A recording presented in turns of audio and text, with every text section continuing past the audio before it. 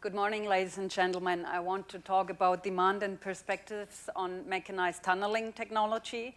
I structured the lecture as follows. First, want to talk about the demand of underground infrastructure systems. Before, I want to talk about the motivation for more and more use of large diameter. El uso cada vez mayor de túneles de mayor diámetro. Vamos a hablar sobre tipos de máquinas tuneladoras y también vamos a abordar la tendencia de los proyectos de tunelización en la actualidad.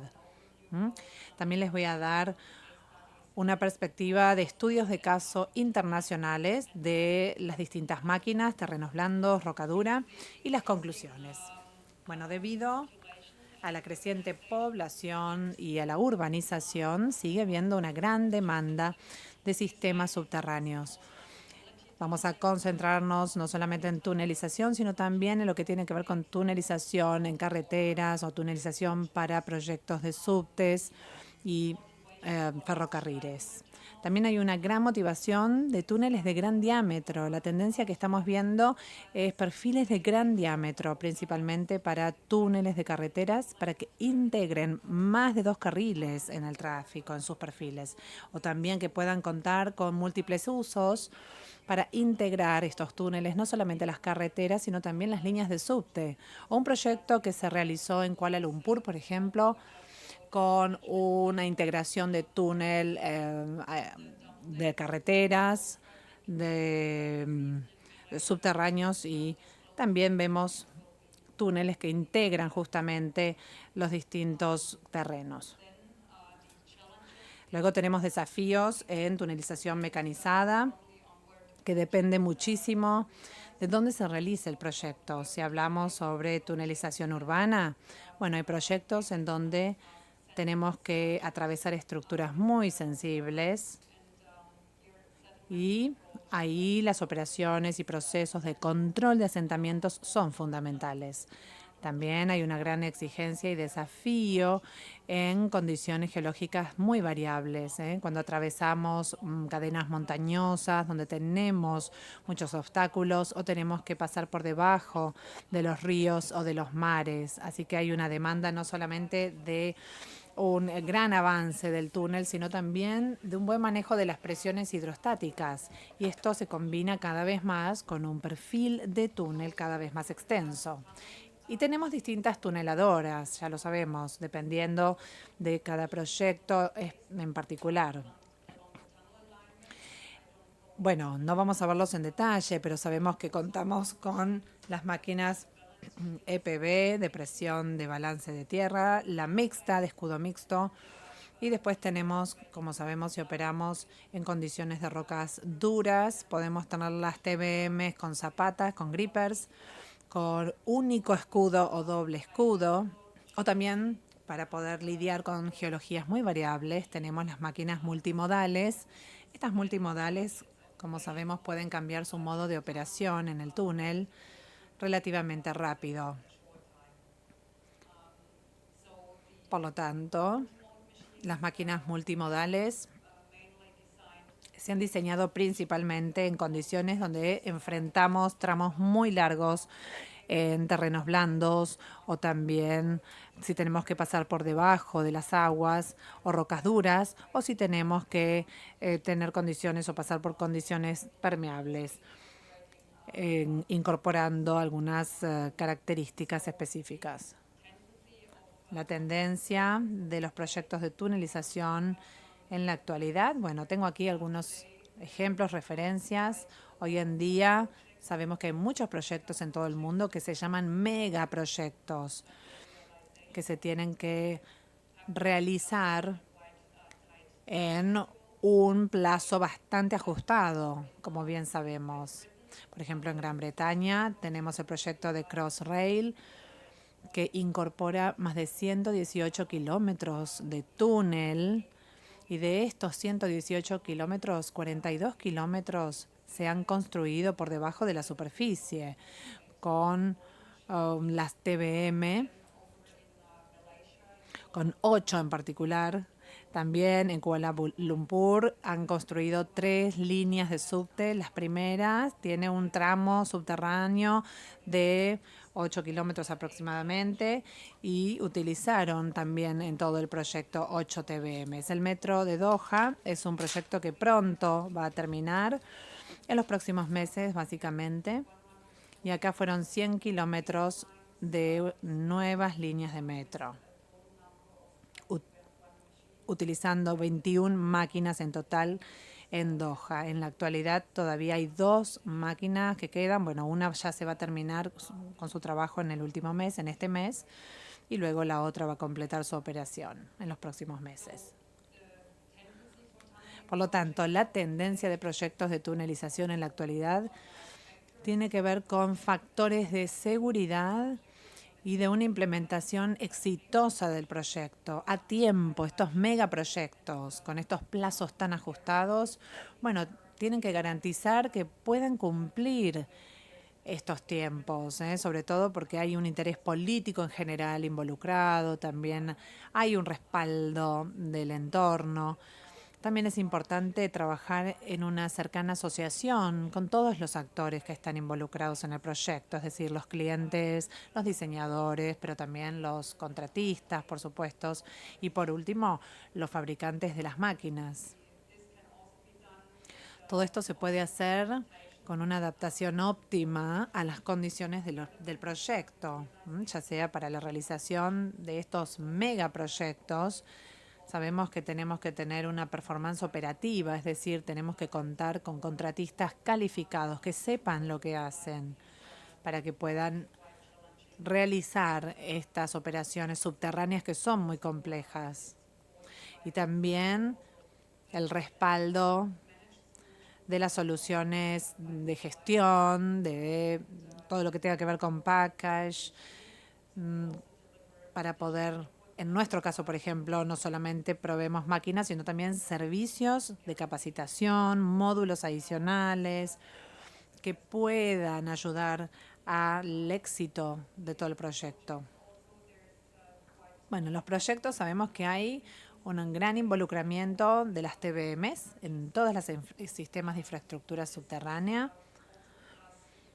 Y esto es por el desarrollo de estas máquinas para que puedan lidiar con las condiciones geológicas tan desafiantes de la actualidad, con estas máquinas muy variables, de multimodos, muy grandes. Gracias a todo esto y a estos desarrollos, los proyectos más grandes se pueden cumplir en tiempo y en forma, obviamente respetando la seguridad, el asentamiento, especialmente cuando hablamos de tunelización.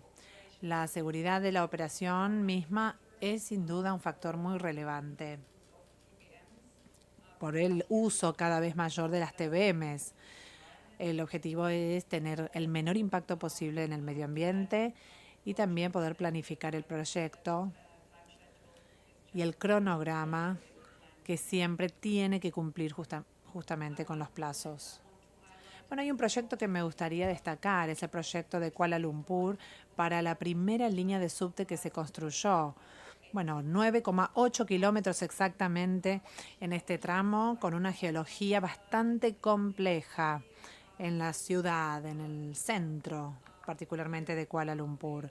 Bueno, acá tienen principalmente el caliza, caracterizado con características kársticas y suelos aluviales, con lima, pero para la tunelización esta lima kárstica es bastante específica y tenemos algunos espacios con bentonita. Y en base a la experiencia que nosotros hemos tenido en el pasado en otros proyectos, se desarrolló esta máquina para estas condiciones en particular. Una máquina que logra incorporar las ventajas de los escudos de lodo, los escudos de EPB y la de densidad variable. La máquina, bueno, tiene diámetros bastante promedios, 6,62 metros como diámetro de excavación, y puede operarse en distintos modos. En modo EPB, en modo cerrado de lodo, pero también en modo de alta densidad. Y hablamos de materiales con una densidad de hasta 1,70 toneladas por metro cúbico, que se pueden manejar perfectamente con estas máquinas y que logran manejar el sistema logístico. Pero también un proyecto muy complejo que se tuvo que abordar a fines de los 90 en Alemania es el túnel de la carretera Elbe de 2,6 kilómetros, un túnel carretero que pasa por Hamburgo y que estaba muy cerca de otros túneles. Este fue el cuarto. Así que la única alternativa de construir una conexión era esta, la que se ve aquí, utilizando una tuneladora de escudo. La geología en el lugar fue muy variable, con arcillas, con formaciones glaciares en el lugar, con inclusiones de peñascos de hasta 2 metros y además un manejo de la presión hidrostática de hasta 5,5 bars. Así que sin dudas para todo esto tuvimos que diseñar una máquina que pudiera de manera segura excavar el túnel. Bueno, vemos que también instalamos un crusher para poder triturar las piedras grandes y poder manejar el material. Y la máquina también incorporó un sistema de sondas en donde teníamos un receptor, una sonda sísmica, para que se pudieran enviar las señales sísmicas a la superficie y se recibieran los reflejos que se registrarían y luego a través de un software podíamos ilustrar las distintas piedras o formaciones naturales que pudiéramos encontrar como obstáculos, para que el conductor de la máquina supiera qué sucedía 40 metros al frente del túnel y de esa manera pudiera regular la velocidad de avance y evitar daños. Y también muy específico para el proyecto, por las altas presiones hidrostáticas, hasta 5,5 bars, una situación que nos preparó para poder hacer un buen cambio de herramientas. Fíjense, en esta parte trabajamos de una manera que pudiera accederse correctamente con las condiciones atmosféricas.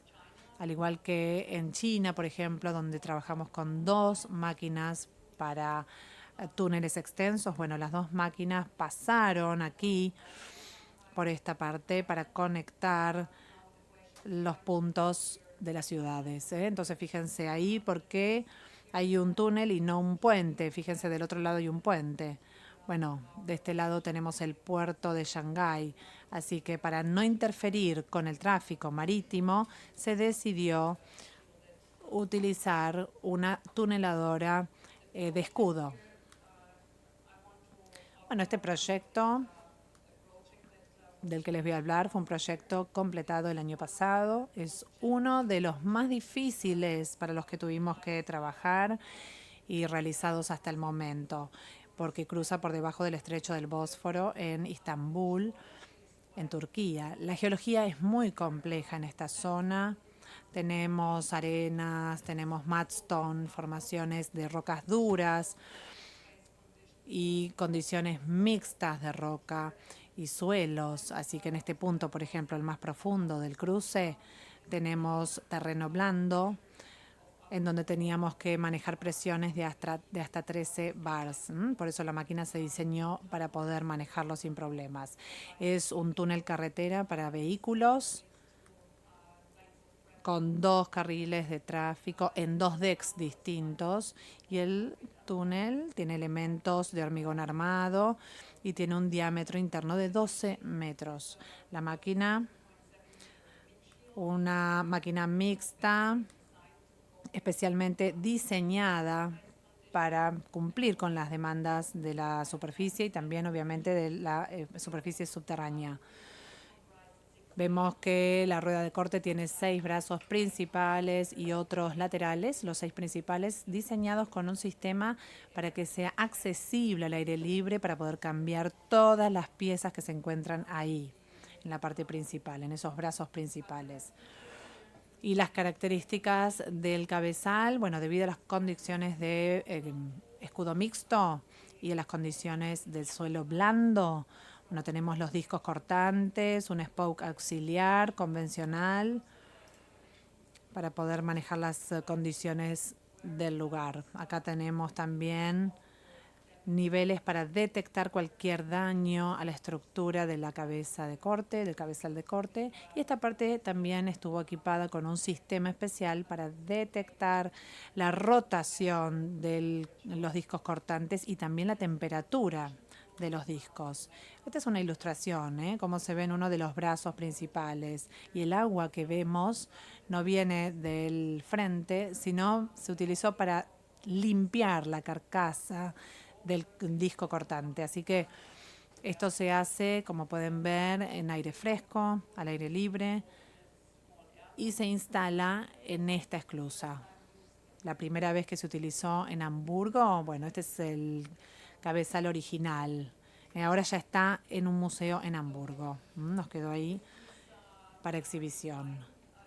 Con este diseño es posible hacer un mantenimiento sin exposición. Acá vemos muy bien, entonces, el cambio de piezas, el cambio de partes al aire libre. Es como que, bueno, pareciera que tienen suficiente espacio, pero también la foto se tomó en un ángulo amplio, así que no es un espacio tan, pero tan grande. La verdad es que es un área un poco confinada, ¿eh?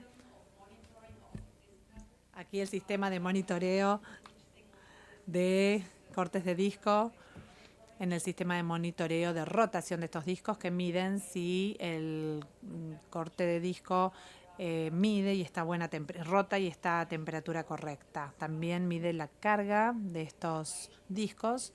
Por lo tanto, la información se envía a la cabina del operador y la máquina aquí, bueno, el conductor puede de esta manera monitorear si hay uno de los discos que está bloqueado. El círculo rojo, bueno, envía justamente. Esto indica que este disco está bloqueado y que que tendría que ingresar para hacer algún cambio. Pero debido a que siempre se tiene que diseñar la máquina con un sistema redundante, bueno, este sistema con una rueda accesible, quizás al aire libre podría fallar. Y hay otras tareas de mantenimiento que tienen que hacerse a alta presión, hasta 13 bars. Así que se tuvo que diseñar una máquina para poder enviar a cualquier persona que pueda realizar a esta parte, hacer algún trabajo de mantenimiento en el área presurizada. Entonces, podrían trabajar con buzos en particular para realizar esas tareas y la idea es tener un hábitat presurizado en la superficie y luego poder enviar a los operarios o a los buzos y siempre garantizar que la línea hasta el frente, que ese transporte, esté libre en todo momento. Esto es un panorama general de las presiones del frente durante la operación de la máquina. La máquina fue diseñada para 13 bar y podemos ver que durante la mayoría de la construcción del túnel la presión estaba por arriba de los 6 bar y teníamos presiones máximas de frente de hasta 11 bar.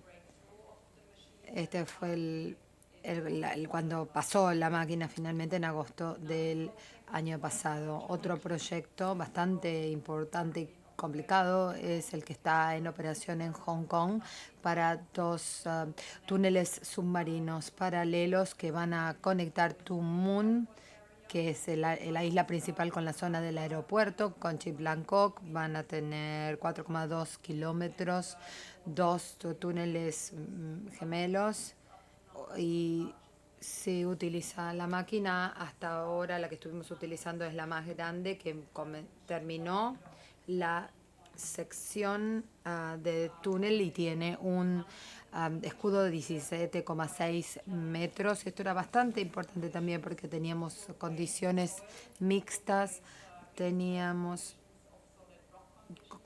condiciones de roca sólida, granito, y después esto estaba relacionado con altas presiones hidrostáticas de hasta 5 bares. La máquina es de 17,6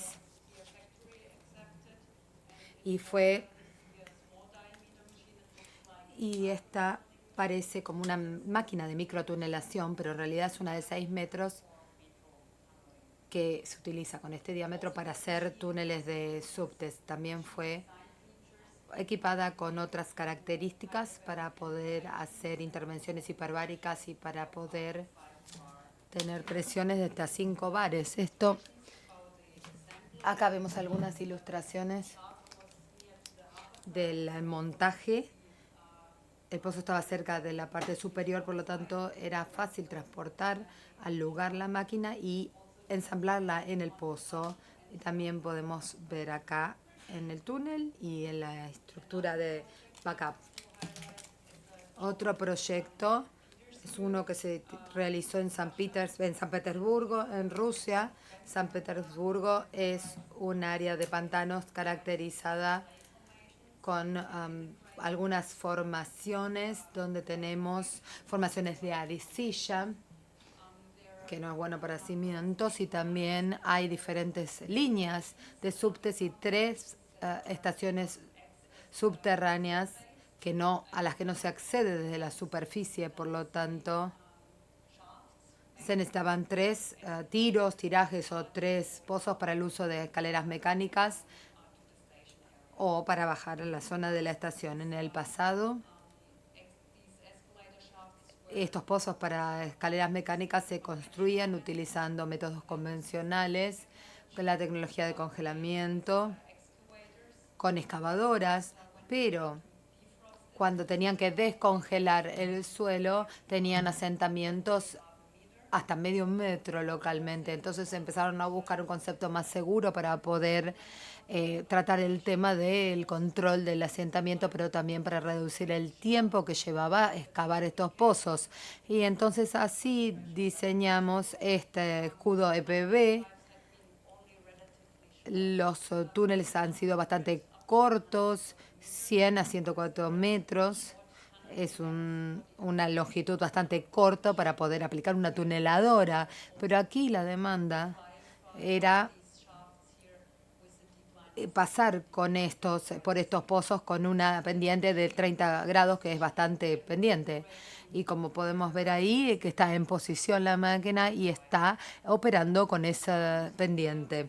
La demanda de construcción de túneles era primero porque tenían una pendiente de 30 grados en la corta distancia de ese túnel, pero también necesitaban recuperar la máquina. Después de completar el primer pozo había que sacarla y prepararlas para el segundo y el tercero.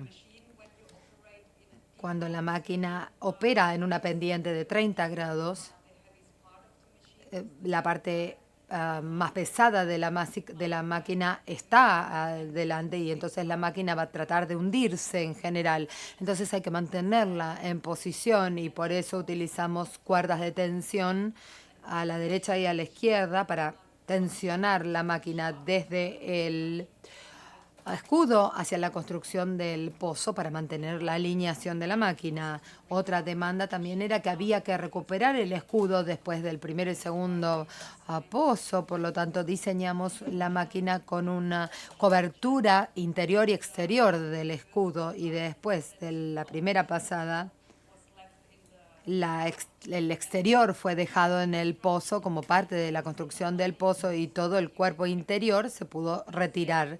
Para el segundo y tercer pozo se equipó a la máquina con un nuevo escudo externo.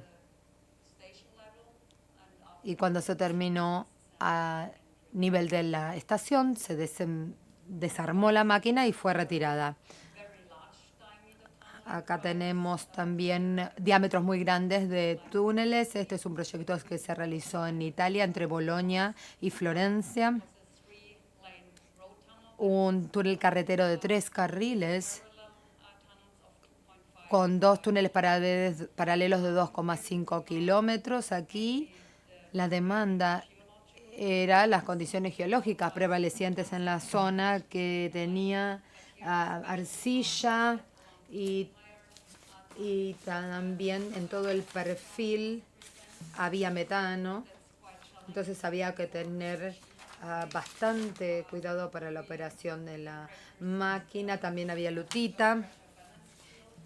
Y entonces utilizamos una máquina EPB y había que hacer atravesar la máquina toda la sección en un modo cerrado de operación, lo que quiere decir que la cámara del frente estaba llena de material para evitar la exposición a gas metano en la cámara. Y lo siguiente era que había extraer los escombros. Normalmente acá se tiene un sistema abierto, pero como teníamos gente trabajando y la atención a la exposición del metano, se decidió tener una cinta transportadora de 18 metros que estaba completamente cubierta y ventilada por el exterior y el interior.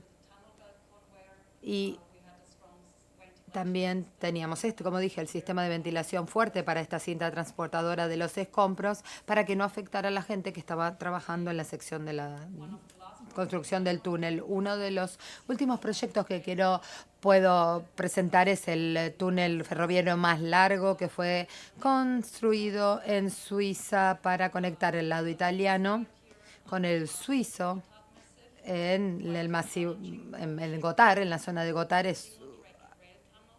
Es un proyecto bastante desafiante de 67 kilómetros.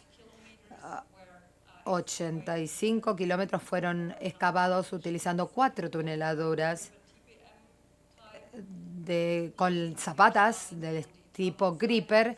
Esta es la parte del lado italiano en el sur, que excavó 40 kilómetros. Y el diámetro era de 11 kilómetros para el resto, y desde el lado del norte 2 máquinas empezaron en 11 kilómetros y fueron reutilizadas después para otros tramos de 7 kilómetros. Y la parte central se utilizó con drill and blast, con perforación y voladura, por las convergencias en esa zona, pero para la parte del túnel había sobrecarga de hasta 2.100 metros, donde tenían que lidiar con las convergencias, así que las máquinas tenían que ser diseñadas especialmente para eso. Esta es la línea de tiempo general de todo el proyecto del túnel de base de Gotthard. La excavación empezó con las máquinas en 2003. Todos los trabajos de tunelación terminaron en 2011 y en junio recién de este año finalmente se abrió el túnel y empezó a funcionar. Esta es la pasada final de la máquina. Ven que tenían estas cortadoras con protección y en buenas formaciones de roca lograba hasta 56 metros de performance, pero también tenía una longitud muy larga de túnel. Entonces no solamente es el empuje de la máquina como desafío, sino también la logística relacionada con la excavación del túnel. El túnel, como son 2 gemelos, cada 135 metros tiene que haber galerías que conecten los 2 túneles. Y había también una sobrecarga de roca muy importante, y vemos que el 80% del túnel completado fue excavado utilizando tuneladoras y 20% fue utilizado con el método convencional de perforación y voladura. El último proyecto que les quería contar es un proyecto bastante fascinante también. Es para un proyecto de hidroenergía en Suiza, en una zona muy alejada, 2 pozos de presión de 1 kilómetro cada uno. Fue necesario construir hasta en 2.100 metros de altura. Acá ven el campamento base y los desafíos del proyecto han sido que es una situación en los Alpes, es una localidad bastante alejada, remotas, y tenían pendientes de un 85%, gradientes de 85%, así que las máquinas tenían que trabajar hacia arriba, y después de que se construyó el primer túnel tuvo que ser sacada la máquina para poder finalizar el segundo. La geología era bastante desafiante también porque teníamos piedra lisa, y es la formación ideal para las tuneladoras, pero teníamos características kársticas en esa zona también, pero nadie exactamente sabía qué era lo que se iba a encontrar en esa situación. Nosotros teníamos una TBM de 5,2 metros de diámetro, con posibilidad de trabajar con este gradiente tan importante de 40 grados, como vemos acá. Tenía también unas zapatas para poder sostenerlas y sistemas de retiro de seguro. En la parte de atrás, en caso de que un sistema fallara, el otro estaba disponible. Eran dos sistemas completamente independientes uno del otro, porque lo que no queríamos era que se deslizara o se cayera la máquina en este gradiente, esta pendiente tan grande. La logística fue bastante importante también porque era una zona remota. El campamento base está a 800 metros sobre el nivel del mar. El stallero está de 2.000 a 2.100 metros de alturas, entonces todo el equipamiento tenía que ser transportado desde el campamento a través de cablecarriles hacia la zona donde se trabajaba. Entonces la parte central, por ejemplo, del cabezal, los camiones, la gente, todo tenía que ser transportado a través de ese sistema de cablecarriles. Arriba en la montaña había una caverna de montaje donde se hacía el ensamblado y el montaje de la máquina en dirección horizontal en una rampa. Luego se empujaba, digamos, la máquina hacia el túnel y excavaba en una curva de 155 metros, y como vemos acá cómo está la posición de la máquina para la excavación. Después de 570 metros de excavación, llegaba a la zona de la falla, y la zona de la falla estaba caracterizada por otra matriz, así que había que ver cómo en ese caso estabilizar esa zona. Entonces teníamos un paraguas de tubos para inyectar, pero no era inyectable, entonces tuvimos que encontrar alguna solución para manejar esa zona de falla de 13 metros nada más, y eso implicó 6 meses de retraso en el programa. Finalmente lo manejamos porque instalamos placas de acero de revestimiento en 360 grados por detrás del escudo de las zapatas, y cilindros también.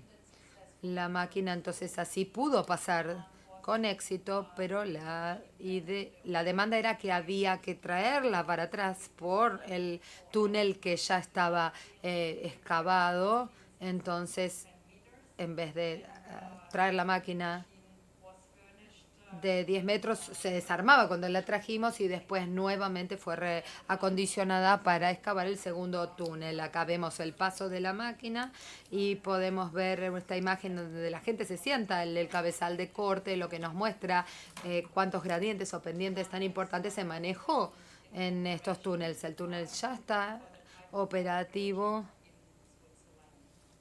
para este proyecto en Suiza. Para concluir, podemos ver cuáles son las diferentes aplicaciones de las tuneladoras, es decir, para diferentes geologías, con diferentes diámetros, y siempre hay que buscar equipos a medida en general, pero esto justo estaba hoy más enfocado en la seguridad de la operación, y lo que es importante acá es que tenemos una participación firme de todas las partes involucradas en las obras de tunelación, y eso es para el beneficio también del proyecto, si tanto los clientes, los contratistas, los planificadores y los fabricantes de la máquina están involucrados en el proyecto. Con esto termino mi presentación y quiero agradecerles a todos por su atención.